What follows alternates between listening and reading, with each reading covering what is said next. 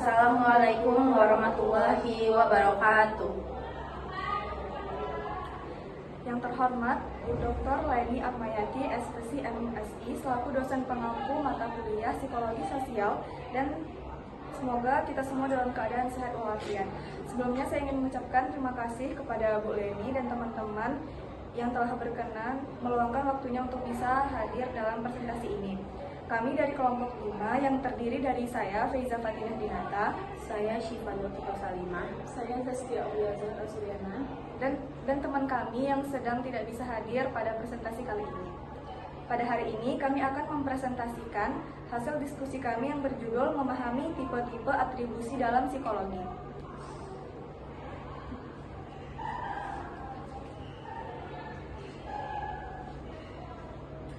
Oke, di sini ada tipe-tipe atribusi. Atribusi ini dapat dikategorikan menjadi beberapa tipe, yaitu satu, klasifikasi atribusi menurut Wiener 1985.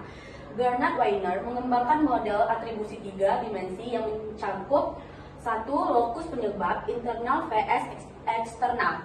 Dua, stabilitas stabil vs tidak stabil. Ketiga, kontrolabilitas dapat dikendalikan vs tidak dapat dikendalikan. B.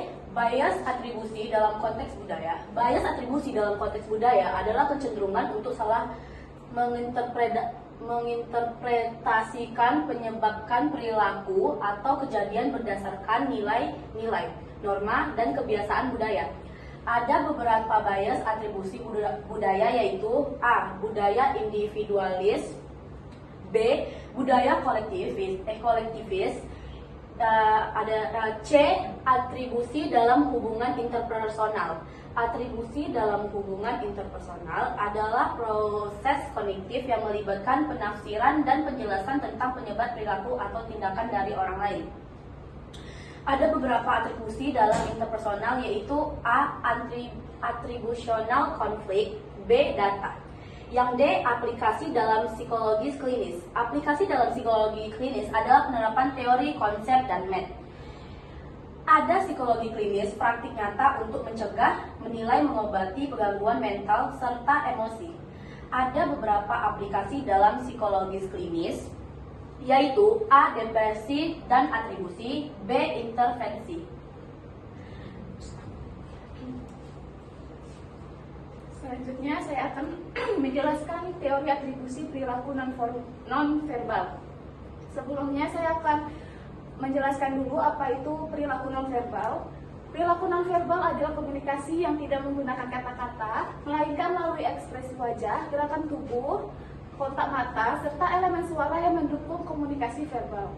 Di sini juga ada komponen utama perilaku nonverbal. Itu yang pertama ada komponen utama perilaku nonverbal, yaitu ada proxemik atau jarak fisik, lalu yang kedua ada kinesik atau gerakan tubuh, lalu yang ketiga ada paralinguistik atau nada suara. Lalu yang keduanya itu ada peran teknologi dalam studi nonverbal. Ada beberapa penting teknologi dalam studi nonverbal, meliputi yang pertama AI dan analisis ekspresi wajah, lalu yang kedua virtual reality atau VR. Yang ketiga ada perbedaan budaya dalam nonverbal. Itu ada beberapa perbedaan budayanya, yaitu yang pertama kontak mata, yaitu yang kedua gestur tubuh. Kemudian ada teori kepribadian dari trait hingga neuroscience. Yang pertama ada Big Five vs Hesakov. Big Five adalah teori yang mengidentifikasi 5 dimensi kepribadian utama yang membentuk kepribadian seseorang. Kelima dimensi tersebut meliputi kesadaran, ekstraversi, kesepakatan, dan kestabilan emosi. Kemudian ada kepribadian dan biologi. Kepribadian dan biologi adalah studi tentang bagaimana faktor-faktor biologis mempengaruhi kepribadian dan perilaku individu. Faktor genetik dan neurotransmitter mempengaruhi kepribadian. Contohnya itu seperti kadar dopamin yang lebih tinggi dikaitkan dengan sifat ekstrovert. Selanjutnya akan menjelaskan apa itu neurotransmitter. Neurotransmitter adalah pembawa pesan kimiawi yang memfasilitasi komunikasi antara neuron di otak sistem saraf. Neurotransmitter memengaruhi berbagai fungsi psikologis, termasuk suasana hati, emosi, respons stres, dan lalu terakhir kognisi. Neurotransmitter umumnya seperti serotonin dan dopamin sering dikaitkan dengan gangguan kesehatan mental seperti depresi dan kecemasan. Kemudian kepribadian gelap atau dark triad yaitu istilah yang digunakan untuk menggambarkan sekelompok kepribadian yang memiliki ciri-ciri yang negatif dan merugikan baik bagi diri sendiri maupun orang lain.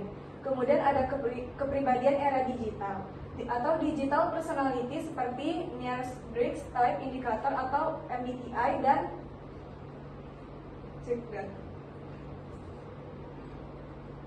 Kemudian mekanisme persepsi diri. William James memperkenalkan konsep diri dalam psikologi pada tahun 1890-an. Beberapa aspek dan mekanisme utama persepsi diri yaitu persepsi diri, konsep diri, dan sosialisasi. Jadi kesimpulannya itu atribusi proses kognitif yang menjelaskan bagaimana kita menafsirkan penyebab perilaku memainkan peran krusial dalam interaksi sosial. Atribusi dapat dikategorikan menjadi internal atau berdasarkan faktor personal dan eksternal berdasarkan situasi. Lalu pemahaman ini penting karena atribusi memengaruhi emosi, motivasi, dan respon kita. Jadi, studi atribusi memberikan wawasan mendalam tentang cara manusia memahami dunia sosial. Dengan memahami kompleksitas atribusi, kita dapat meningkatkan kesadaran diri, empati, dan efektivitas dalam interaksi kita.